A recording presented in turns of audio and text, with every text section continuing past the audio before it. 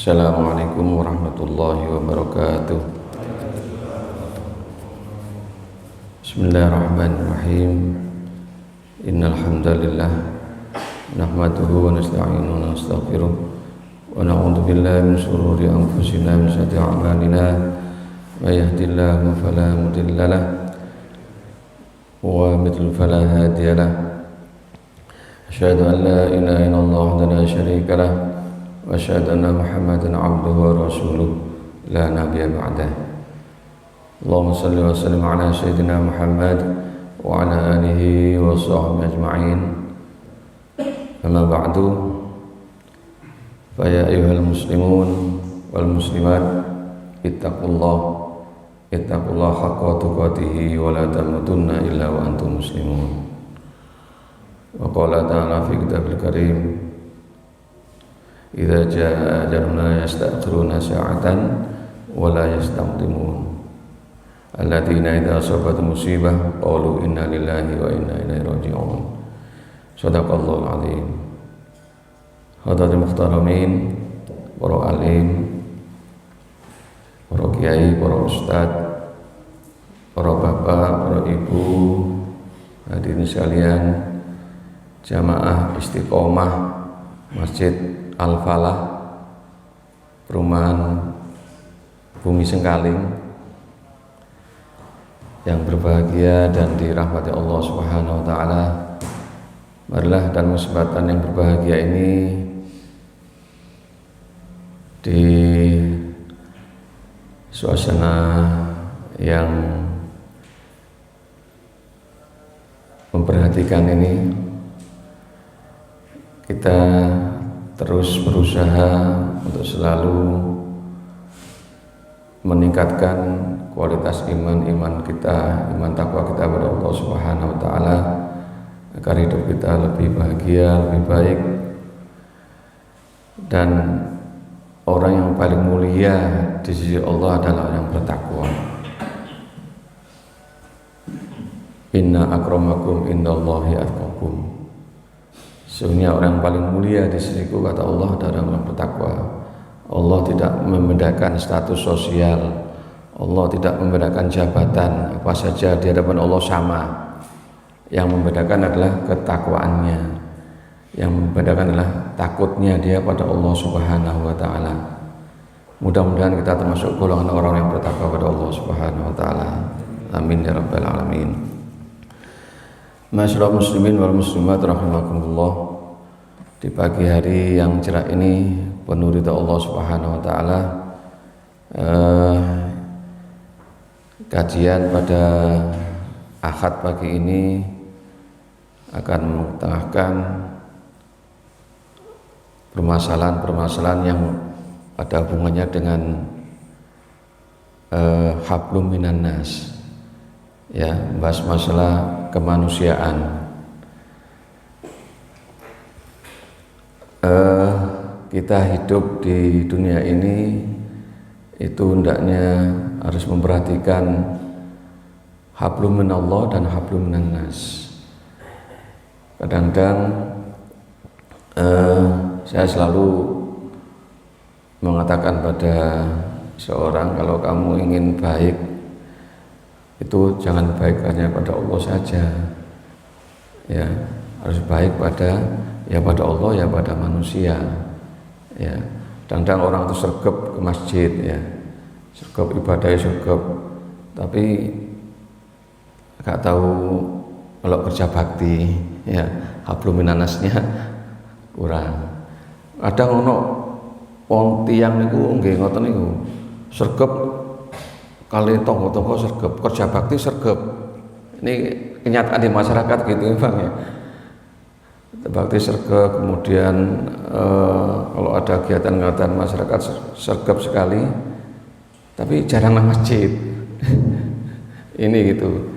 Makanya ketika saya baru kali masuk di perumahan ini, ya, saya diminta oleh Al-Mukarram Kiai Haji Muhammad Yunus Al-Maduri, niki, nah, sahabat saya nih, tiang Jawa tapi ana Maduroi. untuk mengisi ini. Loh, kok masalah yang berhubungan dengan jenazah kok saya yang disuruh. Ya, tapi yang penting kita bisa hablum minallah dan hablum minannas. Wong sing apik iku ya wong sing sregep nang masjid, nggih ya ibadah ya sregep nggih. Wiridane nggih sregep istiqomah, tapi nggih ten masyarakat nggih sregep. Nggih, kerja bakti, nek gotong royong, nek wonten ana sing tanggane kesripahan meninggal ya juga turut ambil bagian. Nah, itu yang pertama. Kemudian yang kedua, ini masuk pada materi yaitu pemulasaraan jenazah. Pemulasaraan itu apa? Pemulasaran. Kadang ada yang mengatakan pemulasaran, ada yang mengatakan pemulasaraan. Ya, basa Jawane napa? Mosok diplosoro. Jenazah diplosoro. Artinya merawat jenazah. Nggih. Merawat tiang sedo, merawat orang yang sudah meninggal dunia. Nah, ini merawat orang meninggal dunia ini hukumnya fardu kifayah. Ini jelas ya, hukumnya fardu kifayah. Fardu kifayah itu kalau sudah ada yang yang merawat itu sudah gugur kewajibannya. Misalkan di perumahan ini, di perumahan Bumi Sengkaling ada orang meninggal, terus gak ana wong sing ngurus, mboten wonten wong sing ngurus jenazah niki, dijarno ae. Ya makanya individu iki kate dikapakno mayit ini dijarno ae. Iki dosa kabeh wong sakjane. Ya, itu namanya fardu kifayah. Kalau sudah ada yang mengurus, insya Allah sudah gugur kewajibannya. Nah, ini penting ini. Sebelum kita merawat jenazah ini, tentunya kita harus merawat atau mendampingi orang yang sebelum meninggal tentunya. Ya, ini ada kaitannya soalnya. Jadi pun tiang atau orang mau meninggal dunia jangan dibiarkan saja. Jangan dibiarkan saja, harus ditunggui, ya, harus dituntun. Artinya orang yang akan sakaratul maut, ya. Jangan pernah menunggu orang yang sekarat, orang yang sakaratul maut. Minimal orang saudaranya yang dekat misalkan ya, keluarga. Kalau ada keluarganya yang sakit misalkan ya di rumah sakit atau di rumah, ya. Itu wis iki wong iki kate mati apa kate sehat kira-kira. Nah, kita kadang-kadang mboten semrap nggih, tidak tahu kita. Nah, ini yang terjadi di masyarakat dan ini sering terjadi ya kadang-kadang ya. Kita diminta tolong dan ini harus tahu gitu loh. Ya, ini saya pernah pernah diminta ya, tetangga ini dipanggil oleh tetangga, ini Bapak ini loh, ini saudaranya, ini orang tua saya kenapa kok ambaane ngos-ngosan ini. Ini kisah nyata, ini yang tadi memang kisah nyata seperti itu ya. Dipanggil, ini keluarganya sudah ngumpul semua, memang sakitnya sebenarnya nggak terlalu parah. Tidak dirawat di rumah sakit, di rumah saja, sakit biasa, sakit sesek atau sakit panas dan sebagainya itu. Tapi ketika itu rotok gawat, ya, rotok gawat bapak ini. Saya lihat ke rumahnya, Assalamualaikum, kemudian saya lihat ternyata bapaknya ini sudah ambaannya sudah ngos-ngosan gitu. Saya kaget ini. Ini keluarganya sampingnya cuma memijiti tok ini, dipejeti, dikasih kapas dan sebagainya, ya, dipejeti gitu ya. Ya mungkin karena enggak.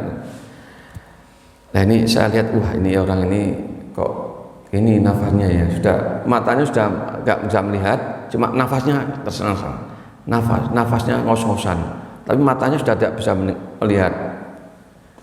Langsung saya parani, ini ya Allah a'lam ya, ini ikhtiar lahir batin. Wah ini nazak orang saya gitu ya, sebab kita itu tidak tahu, dan kita pasti akan mengalami yang namanya nazak ya, sebelum mati itu nazak, dan nanti baru dia meninggal.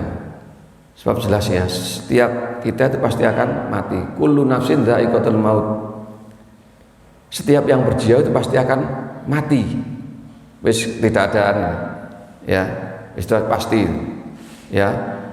Apa wong ku tuwek ya, umurnya udah puluhan tahun ya, itu meninggal. Juga masih remaja juga meninggal. Anak-anak juga meninggal, tapi kita tidak tahu kapan kita meninggal. Kemudian terus di mana kita meninggal nggak tahu. Apakah di rumah sakit, di rumah, atau di perjalanan? Ya, kita nggak tahu. Terus dalam keadaan bagaimana kita itu meninggal, nggak tahu. Hanya Allah yang tahu. Tapi kita berikhtiar terus agar mati kita tuh husnul khotimah. Ya, ketika saya lihat ini sudah nazak, saya ingat hadis Rasulullah yang mengatakan lakinu mautakum la ilaha illallah. Tuntunlah orang yang nazak itu dengan kalimat tauhid la ilaha illallah. Lakinu mautakum la ilaha illallah. Saya panggil saudaranya, monggo Bu, ini Bapak jenengan sudah nazak ya, kita tuntun dengan kalimat tauhid. Ya, jangan ribut ya, harus tenang, harus tenang. Kemudian dituntun sama orangnya la ilaha illallah di telinganya, kan nggak bisa apa-apa ya, orang ini nggak bisa apa, cuma nafasnya terus gitu aja, kasihan. Dan orang yang nazak itu kasihan, berat sekali ya, berat sekali untuk menghadap Allah Subhanahu wa taala kalau tidak dibantu oleh keluarganya. Dan ini harus hati-hati ya, harus dibantu dengan kalimat tauhid lakinu mautakum la ilaha illallah. Nah, itu dituntun ya. Kalau panjangan nggak bisa, akhirnya dia Allah terus sampai terus. Akhirnya kok lama nggak meninggal, saya tinggal. Terus tolong ini dituntun terus. Ada yang baca Al-Quran dan baca Yasin, jangan bingung, jangan nangis, harus dituntun ini mayat ini, karena akan menghadap Allah Subhanahu wa taala, akan diminta bertanggung jawab oleh Allah Subhanahu wa taala. Alhamdulillah keluarganya mau, kemudian dituntun, ada yang baca Quran dan sebagainya. Saya pulang kurang lebih setengah jam, saya dipanggil, Pak, orang tua saya sudah meninggal. Innalillahi wa inna ilaihi raji'un. Saya berarti sungguhan ini ya. Saya dipanggil, ya ini sudah meninggal ya. Kalau orang ya ini kalau sudah meninggal kalau orang sudah meninggal itu ya, yang pertama harus matanya harus ditutup ya, ditutup bismillahirrahmanirrahim ya, ditutup dengan bismillahirrahmanirrahim, ditutup. Terus ada kadang-kadang yang masih ini Pak ya, matanya ya masih ada, kemudian nggak begitu ditutup itu. Kalau nggak bisa nggak apa, kalau nggak bisa gimana ya, tapi insya Allah lama-lama bisa ya, dengan doa ini pasti bisa. Kemudian yang kedua, tangannya disendakepkan ya, yang atas yang tangan kanan di atas ya, kemudian ditutup dengan dengan ibu-ibu biasanya dengan sewe atau sarung atau selimut itu ditutupi ya, itu sudah meninggal. Apa yang kita katakan innalillahi wa inna ilaihi rajiun itu kalimat istirja ya, kalimat innalillahi wa inna ilaihi rajiun. Sungguhnya kita itu dari Allah dan akan kembali pada Allah Subhanahu. Ini sudah meninggal dunia. Nah, kalau sudah meninggal dunia, terus ada yang mengatakan gimana nih, jangan diam saja, keluarganya minimal keluarganya itu juga membacakan Al-Quran, tidak apa-apa, tidak harus dimandikan dulu ada yang membacakan surat Yasin dan sebagainya, itu tidak apa-apa. Itu hanya sunnah aja untuk dimandikan. Misalkan mau membaca Yasin dan sebagainya nggak apa-apa. Dan surat Yasin luar biasa. Sebab kata Rasulullah, iqra'u fi mautikum surat Yasin. Ada hadis yang mengatakan begitu. Bacalah surat Yasin pada orang yang nazar. Itu akan memudahkan dia kembali pada Allah. Ya, iqra'u mautakum fi surat Yasin fi mayit. Ya, bacakan surat Yasin pada mayit. Itu akan memudahkan dia akan untuk segera meninggal dunia. Kalau memang itu betul-betul tidak lama-lama lagi. Ya, bacakan atau sebagainya itu sudah selesai.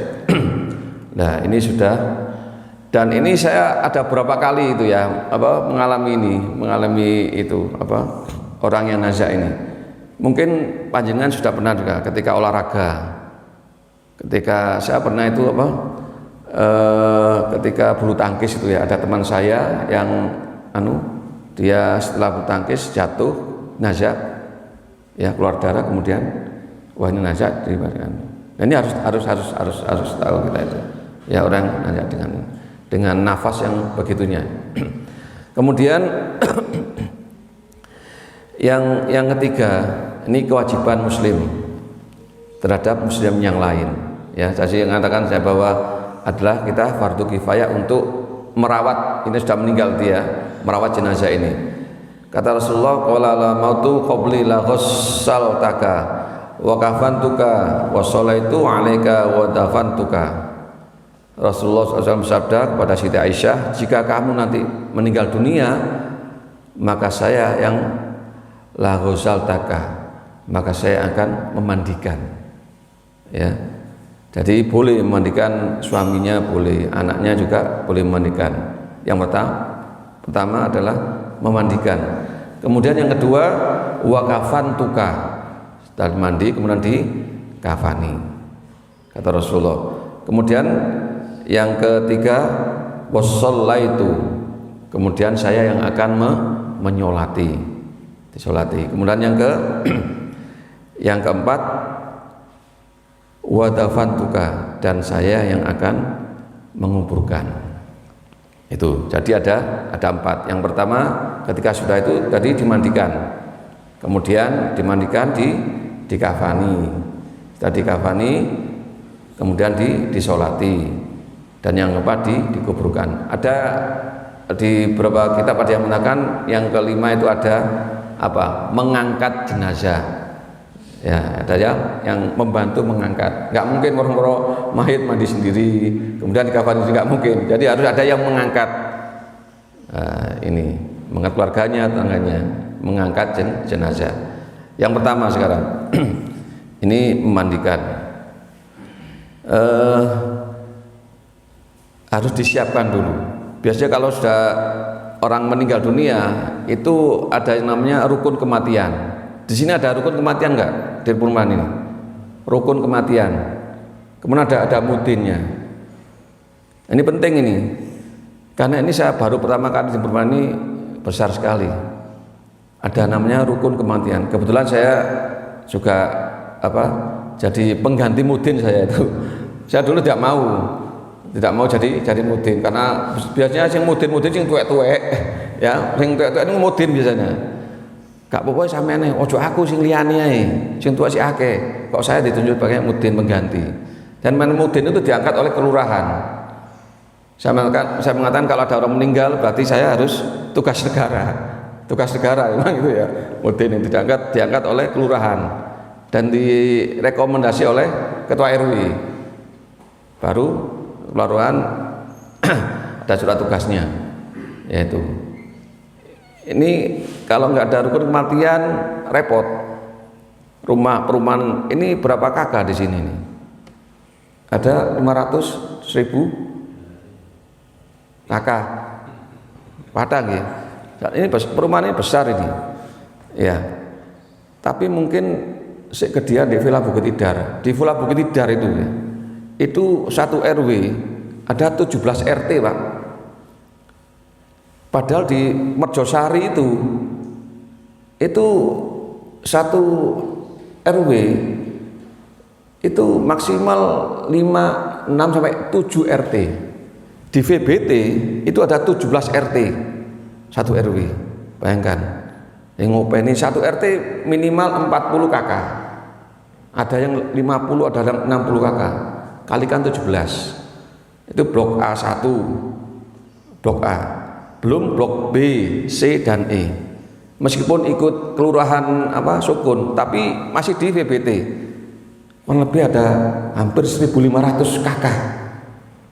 Ya, itu ngopeni kalau ada orang meninggal seperti itu. Ya, ini masalah-masalah administrasi kadang-kadang penting. Lah, ketika orang meninggal dunia kan dimandikan. Ini kalau ada rukun kematian enak.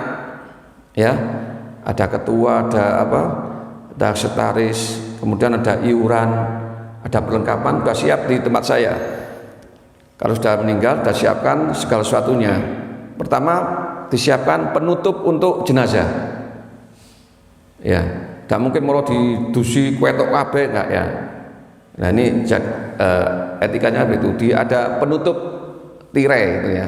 Ada tinggal masang dari kolong-kolong pasang, sudah beres.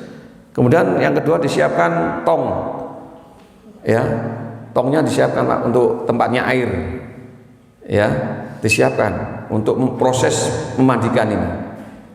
Kemudian ada gayung, sabun, sampo, ya, kemudian anduk itu jangan 1, minimal 2, ya, kemudian gunting, ya, gunting perlu, gunting, ya, kemudian kapas.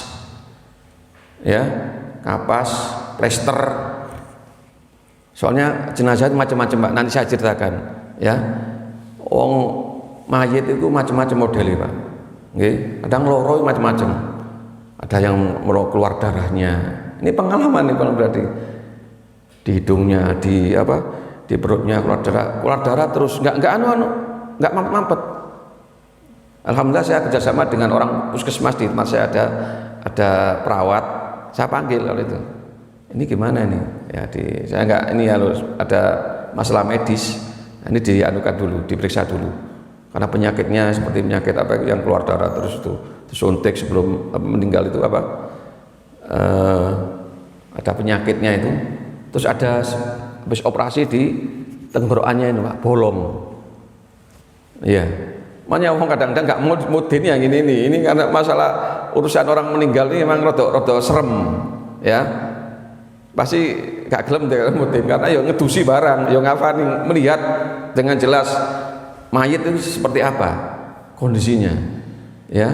Macam-macam. Ono sing meninggal itu sudah tidak ketahuan mulai pagi sampai sore, ya. Saya dipanggil, saya lihat sudah kaku Pak. Mayitnya itu, tangannya gini, kakinya, aduh, masya Allah, kasihan. Ya Allah, ya. Ini memang tugas seorang muslim harus ya. Kasihan, mungkin keluarganya karena masalah tertentu ya. Gak ditunggoni, saya lihat tuh kaku, sudah tidak ditunggui oleh keluarganya, masya Allah. Ya, saya lihat kaku. Tapi ada caranya nanti, yang kaku-kaku ini ada caranya, ya. Jadi mau nggak mau harus dirawat gitu loh. Ojo wedi. Harus sudah siapkan, sudah siap semuanya. Baru yang pertama, ya, yang pertama yaitu niat, ya, niat, ya. Niatul khuslah lil mayit lillahi ta'ala. Saya niat memandikan mayit karena Allah. Wis enggak karena manusia, karena Allah. Nawaitu lil mayit fardhu lillahi ta'ala. Saya niat mandikan mayit. Ya, tapi sebelum dimandikan ya tadi fungsinya tadi ya, ini fungsinya. Gayung, gunting utama. Kan masih berpakaian kan mayit tadi itu. Jenazah kan masih pakaian. Harus digunting, ojo dipaksa. Kadang kalau enggak tahu ya, soalnya sakit ya. Dan mayit itu mengetahui Pak. Mengetahui siapa yang merawat, siapa yang memandikan, siapa yang mengkafani, siapa yang menguburkan. Ini ada dalilnya nanti, ya. An Abi Sa'id Al-Khudri anna Nabi sallallahu alaihi wasallam qala innal mayyita ya'rifu may yahmiluhu wa may yudallihi fi qabrihi rahu Ahmad. Sahih hadisnya. Mayit itu mengetahui siapa yang merawatnya, siapa yang memikulnya, mayahmiluhu, siapa yang memandikan, mengkafaninya, ya, wa mayyudalli fi qabr, siapa yang memasukkan ke dalam kubur. Mah itu tak tahu, mengetahui sapa iki, tapi kita nggak tahu. Ya apa sing jare sing urip, ya sudah digunting, Pak. Jangan mau dilepas terus, nah, digunting pelan-pelan. Kita harus sabar. Yang ngopeni mah itu kudu sabar, Pak. Ya, harus sabar betul. Digunting, kaumnya, siapkan kresek, kemudian celana dalamnya, kaosnya diguntingi, memang begitu. Digunting taruh kresek, nanti dikasihkan keluarganya, ya, dibuang atau disucikan dulu, mandi, dibuang atau diapakan. Nah, kalau kita mandikan itu harus yang pertama diguyur seluruhnya, aurat tetap tertutup, ya. Kalau laki-laki dari pusar atas ini sampai dengkulnya gitu ya, ditutupi, atau enggak dengan sewek itu ditutup seperti itu. Nanti kalau insya Allah kapan-kapan kita praktek, ya, kapan-kapan kita praktek. Dan di perumahan ini harus bisa jadi ini, harus merawat jenazah itu harus bisa. Jangan manggil di luar, jangan. Nah, tadi itu yang saya katakan tadi, habun Allah sekup nang masjid ibadah sekup, tapi ngopeni wong gak iso gak gelem. Ya ini gimana ini? Makanya pahalanya besar sekali, nanti ada pahala-pahala ini. Ya, itu luar biasa ini. Ya, semuanya diguyur, ya, memandikan diguyur mulai dari atas sampai ke bawah. Kalau bisa jangan muhdin saja yang harus didampingi oleh keluarganya. Nah, kalau meninggal istrinya, suaminya, ibunya, anaknya, itu harus mau.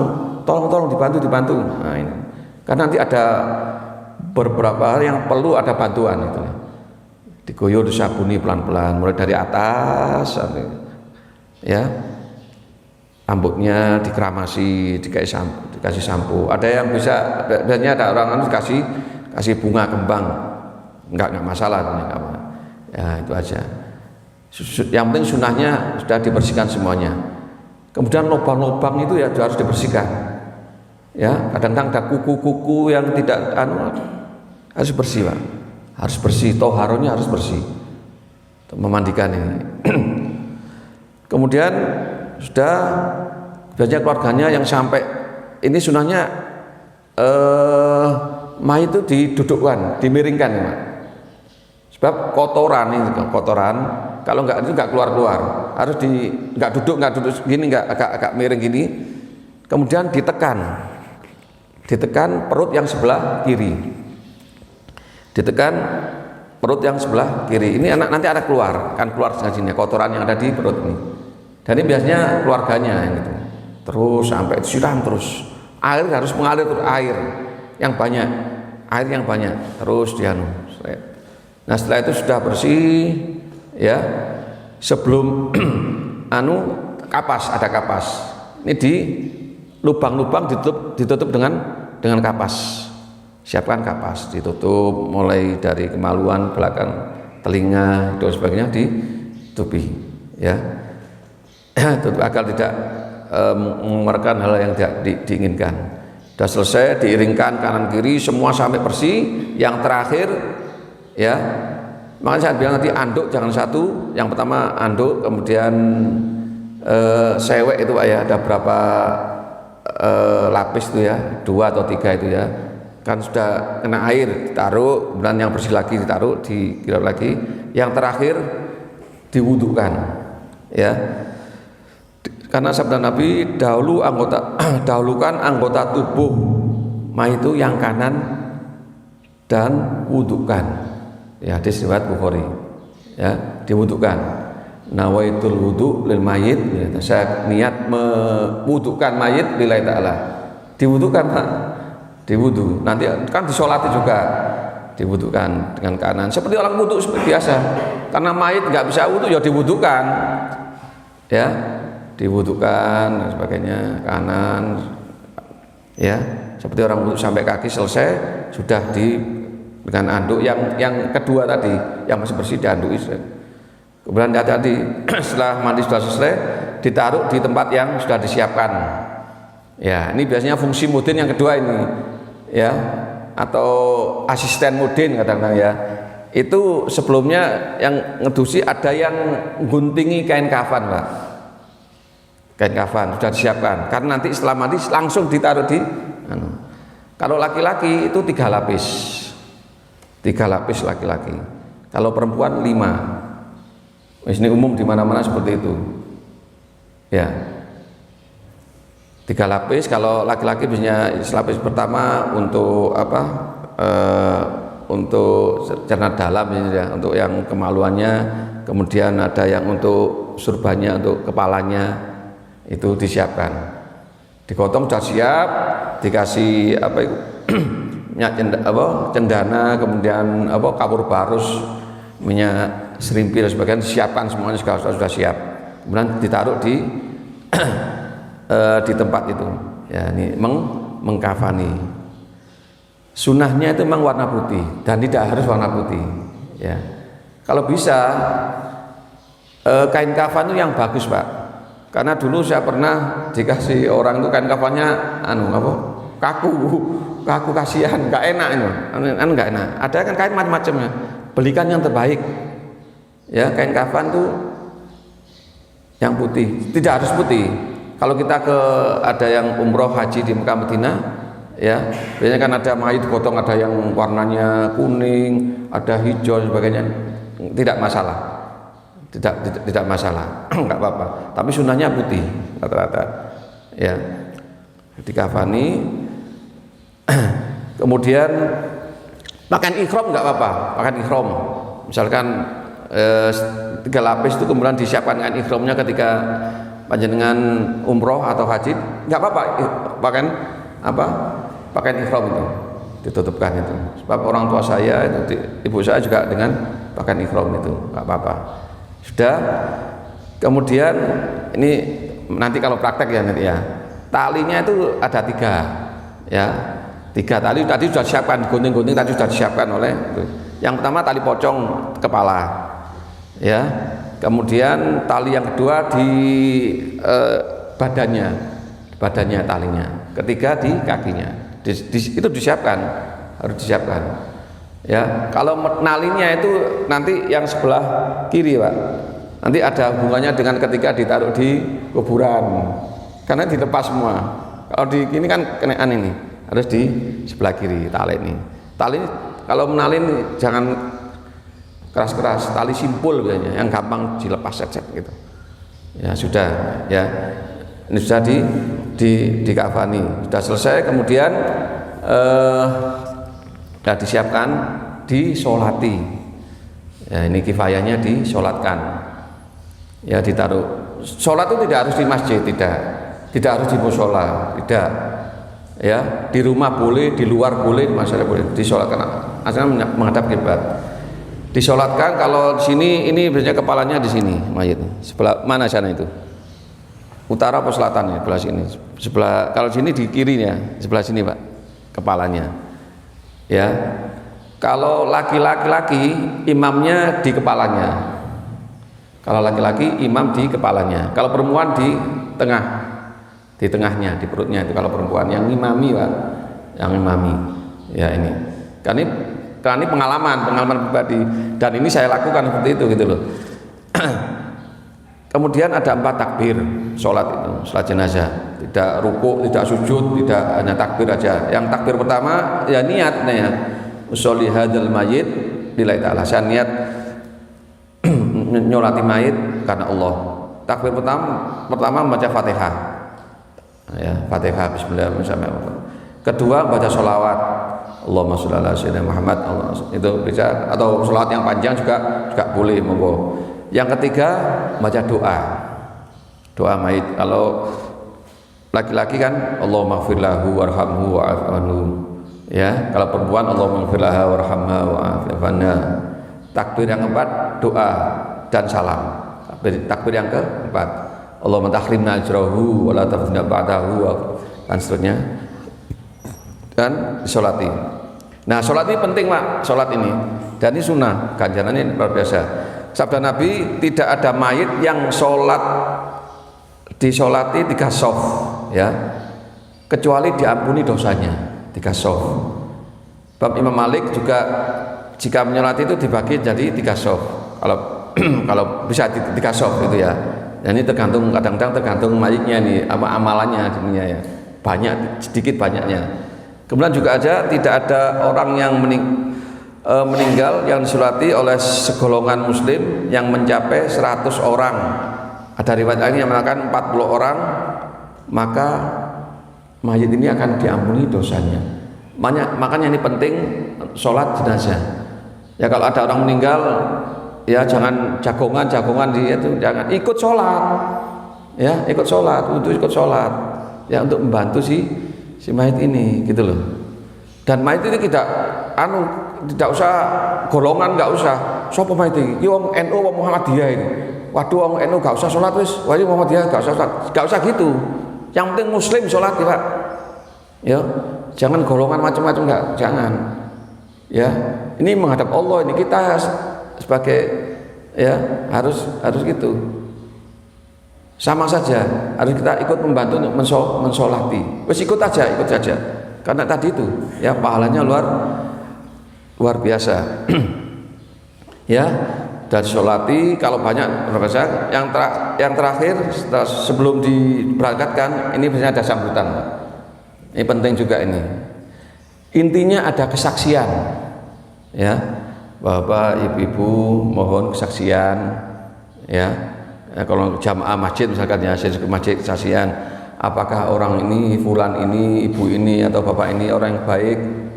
Jawab ada tangannya baik, baik sampai 3 kali. Karena sabda Nabi gini,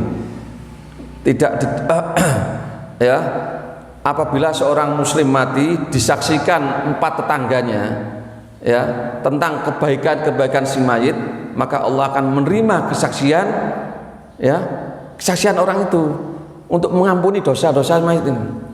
Saksinya itu penting kalau memang jamaah masjid yang baik. Tapi kalau orang itu nggak tahu nama masjid, sholat nggak tahu gimana, ya nggak usah disaksikan, cukup doakan ya, muga-muga husnul khotimah gitu aja. Nggak usah disaksikan, nanti ada timbul macam-macam nanti pro kontra sih. Iki opo iki wong gak tau nang masjid kok jadi api. Ya, gak tau nang masjid, gak tau sembahyang, wong api elek, api, tapi gak tau nang masjid. Nah, ini timbul kan ya muga-muga husnul khotimah gitu aja. Ya. Itu kemudian sudah didoakan dan sebagainya, kemudian diantarkan. Nah, ini ketika mengantarkan kita juga dengan kalimat tauhid, ya, la ilaha illallah. Ini ada hadisnya. Ya, tidak didengar dari Rasulullah mengiringi jenazah kecuali ucapan la ilaha illallah. Rasulullah mengatakan Rasulullah tidak mendengar kalimat apapun selain kalimat la ilaha illallah, baik ketika dia pergi mengantarkan maupun pulang. Nah, berarti ketika ada orang meninggal itu ojo guyon ae, ya. Karena guyon macam-macam, ini suasana duka. Ngobrol macam guyang. Lah ini etikanya dijaga, akhlaknya dijaga, memang itu akhlak orang ketika mengantarkan jenazah, ya, itu harus dijaga, berduka, kalimat tauhid la ilaha illallah, terus la ilallah. Nah ini, ya. Yang terakhir adalah menguburkan. Jadi dikuburkan. Nah, kita mengubur ini biasanya keluarganya harus ikut, Pak, harus ikut. Maksudnya harus ikut, ada keluarganya, ya anaknya atau saudaranya itu ikut ke kuburan. Tidak hanya ikut masuk ke liang lahat, masuk nang kuburan, ya. Ya kalau saudara saya itu orang tua, kakak, saya pasti ikut, ya. Yo mandikan, yo sampai nang kuburan, ya itu ya. Kemudian harus tahu ilmunya, ya. Ini harus tahu ilmunya kan ya. Dihadapkan ke kiblat, di pipinya Pak ditempelkan ke liang lahat, ya. Kemudian sudah nempel, kalau kan disiapkan bantal guling yang dari tanah itu siapkan ya untuk mengganjel gitunya itu, kayak ganjel itu. Kemudian tali pocongnya dilepas itu. Ya. Itu kemudian juga diadani. ya diadani sudah selesai diadani. Kemudian didoakan Pak, ada ditalkin, ya, ada ditalkin. Talkin itu apa sih? Talkin itu artinya apa? Dituntun Pak, dituntun, talkin dituntun. Tadi yang pertama kan talkin juga sebenarnya itu, orang yang mau meninggal ditalkin itu namanya. Lakinu mautakum, la ilaha illallah, itu talkin ini. Ya tuntunlah orang yang akan meninggal dengan kalimat la ilaha illallah. Ini dikubur ini. Mal mayyitu fil qabri kal dhariqil al mutaqawwis. Ya. Tidak ada mayit yang ada dalam kubur itu seperti orang yang al-ghariqil, ya, seperti orang yang tenggelam. Ya, mayit itu seperti orang tenggelam Pak di kuburan. Kayak wong sing tenggelam gitu. Tenggelam minta tolong. Ya. Ia menginginkan setetes doa dari keluarganya, dari bapaknya, dari anaknya, dari keluarganya. Orang yang tenggelam pasti mau pingin minta tolong. Masa kira awake dhewe gak gelem nulungi, kebacut ya. Ya harus minta tolong. Dengan apa? Dengan doa. Dengan biduaikum, dengan didoai. Dan ketika doa itu sampai kepada mayit, ya, itu mayit akan mengatakan itu lebih disukai, ya, lebih disukai daripada fid dunya wa ma fiha, ya, lebih disukai daripada dunia seisinya Pak. Dongo niku lho niku, ini Kanjeng Nabi mengatakan, ya, karena kita nggak tahu gitu loh, kita nggak tahu.